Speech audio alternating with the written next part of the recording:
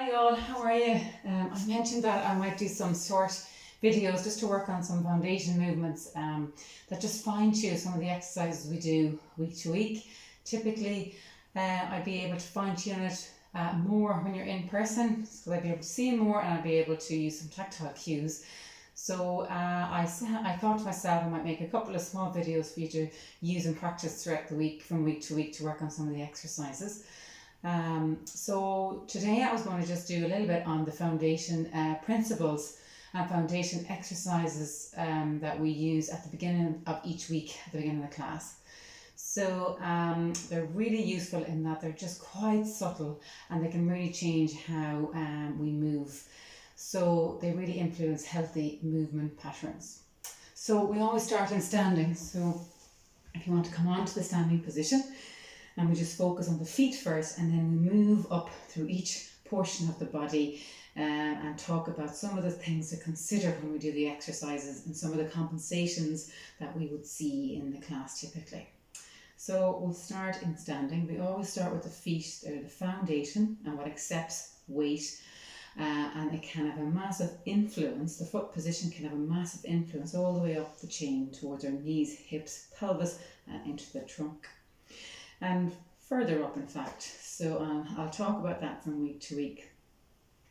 So we're going to start with turning the toes out and the heels out. So you're a little bit, so you're just about hip width apart. So we're going to mobilise through the feet. We have tiny little bones in the feet. Loads and loads of them, you may not know, and they get stiff unknown to ourselves, and it can affect our gait and walk and how we accept weight. So we're just going to roll all the way in as the knees drift in toward each other and your arch collapses a little bit. Then you roll to the outer border as we lift the arches up into the air and the big toe can follow. Rolling in. So we're mobilising through the arches of the feet. Rolling in and rolling out. Rolling in and rolling out, and as you can see, that affects right up into the hip and pelvis and into the low back. Rolling in and rolling out, rolling in and rolling out. So if you think about your foot like a triangle, so going across the 5 toes, down to the heel on the outer border and down to the heel on the inner border. So we're just accepting the way through each part of the foot. In, out, in, out, and then we just want to rest that somewhere in the middle. So you feel the heels, you feel the outer border, cross to the big toe and the inner border, and spread the toes so you feel all that. Then we're going to mobilise through the big toe, because that is an area that gets stiff, and it's mobility we'll need later throughout the classes for any plank work we do, or lunge work as well, downward dog work.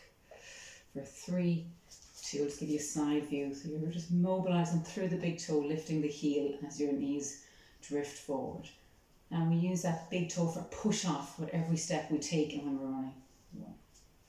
So following up the chain towards the knees, so the positions we think about and trying to keep in the class are the knees in line with the big toe. So often when we're a bit stiff and the calves are weak in the glutes, the knees tend to drift in if we go into a squat, or even as you sit to stand every day, which is a modified squat. Watch that the knees aren't drifting in if you've had any knee or back injuries. The other thing about the knee position is we don't want the knees drifting too far ahead of the toes. It tends to overload the front of the knees. So we want to be sitting back. So that's why I say take a bow first and have your knees behind your big toe. Just transfers the weight posteriorly, so at the back, and activates the bum muscles, which is really supportive for our back and core. Up into the pelvis, so the trickiest movement of all, because there are so many muscles connect to it from our lower body and our upper body.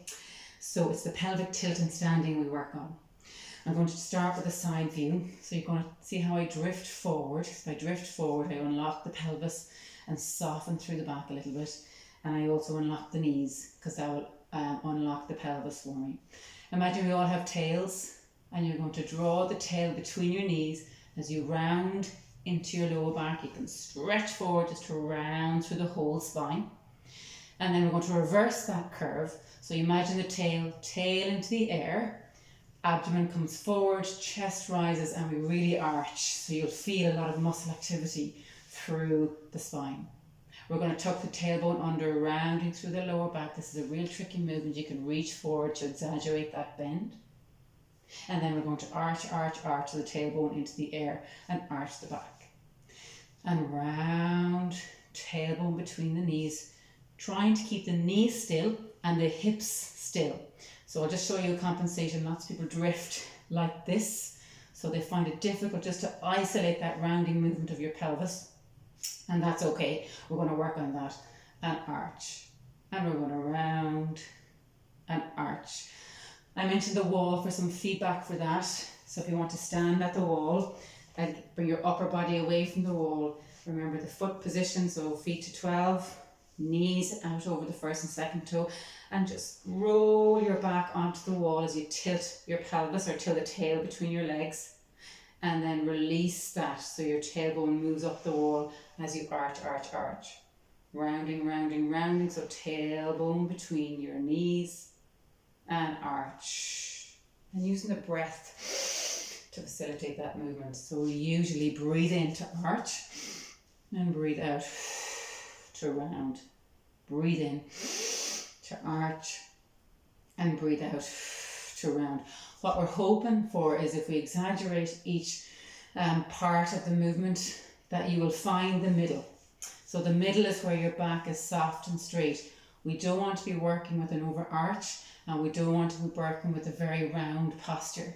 So we want to find just somewhere that's soft in the middle, because there is a myth that the more we arch and the straighter we are, the better it is for our back.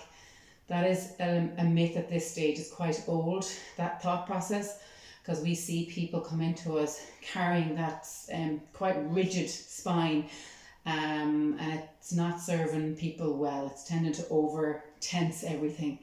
It's like holding your hand in a fist all day. You can't really function with a tight, stiff wrist. Same at the back. Huge load going through the back when we're overarched.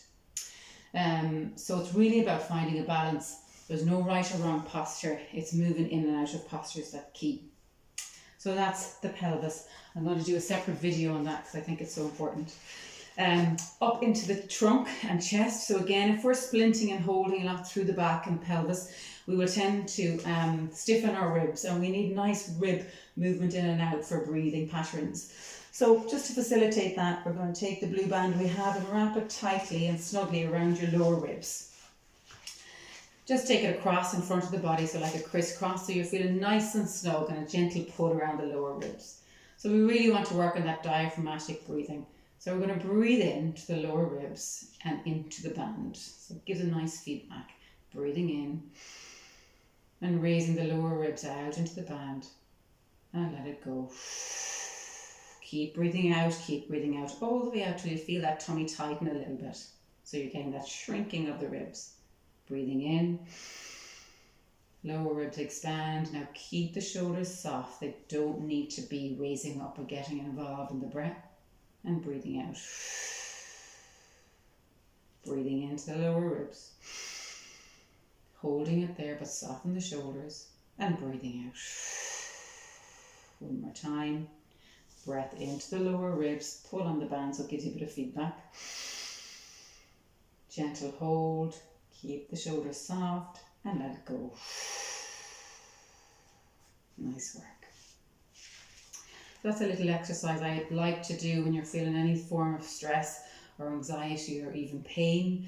Just settles everything down within the body and activates our repair and relaxation systems, that parasympathetic nervous system.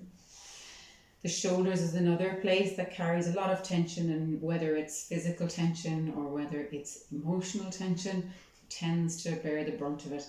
So I'll use the term soften your shoulders in the class quite a lot. So we're just going to exaggerate both ends of the movement again and find the middle. So raising the shoulders up towards the eyes and ears, holding, and now releasing and lowering. So I don't want you to push it down again, that's carrying too much tension. It's just a gentle lift up and in towards the eyes and ears, and allowing them fall back down your body. And it's not this overarching again, because lots of people tend to overdo it, particularly if you're in pain or if you're learning an exercise. So it's just a soft up and in, and a soft lowering down. One more time, up and in towards the eyes and ears, and releasing lowering down. So soften your shoulders. I'll use that cue a lot. And the last thing to think about, and a really important part, is our head. It's the heaviest part of our body, and we tend to poke the chin and extend our neck quite a lot. So we scrunch up the muscles at the back of our neck, particularly if we're desk-based at the moment. So what we're looking for throughout the class is to allow length into the back of our head, and that carries and stretches up through our spine. So again, the band is lovely for feedback for this. So I tend to take it to the back of your lower head and just pull the band gently in front of your head. I'm going to kneel for this so you can have a better view. And what I'm after is a very gentle pushing the back of your head into the band as you drop your chin and nose, and length through the back of the head, and release. And again, just pushing gently, pressing gently the back of your head into the band as you lower your nose and lower your chin or eye gaze. And release with the breath in and breath out.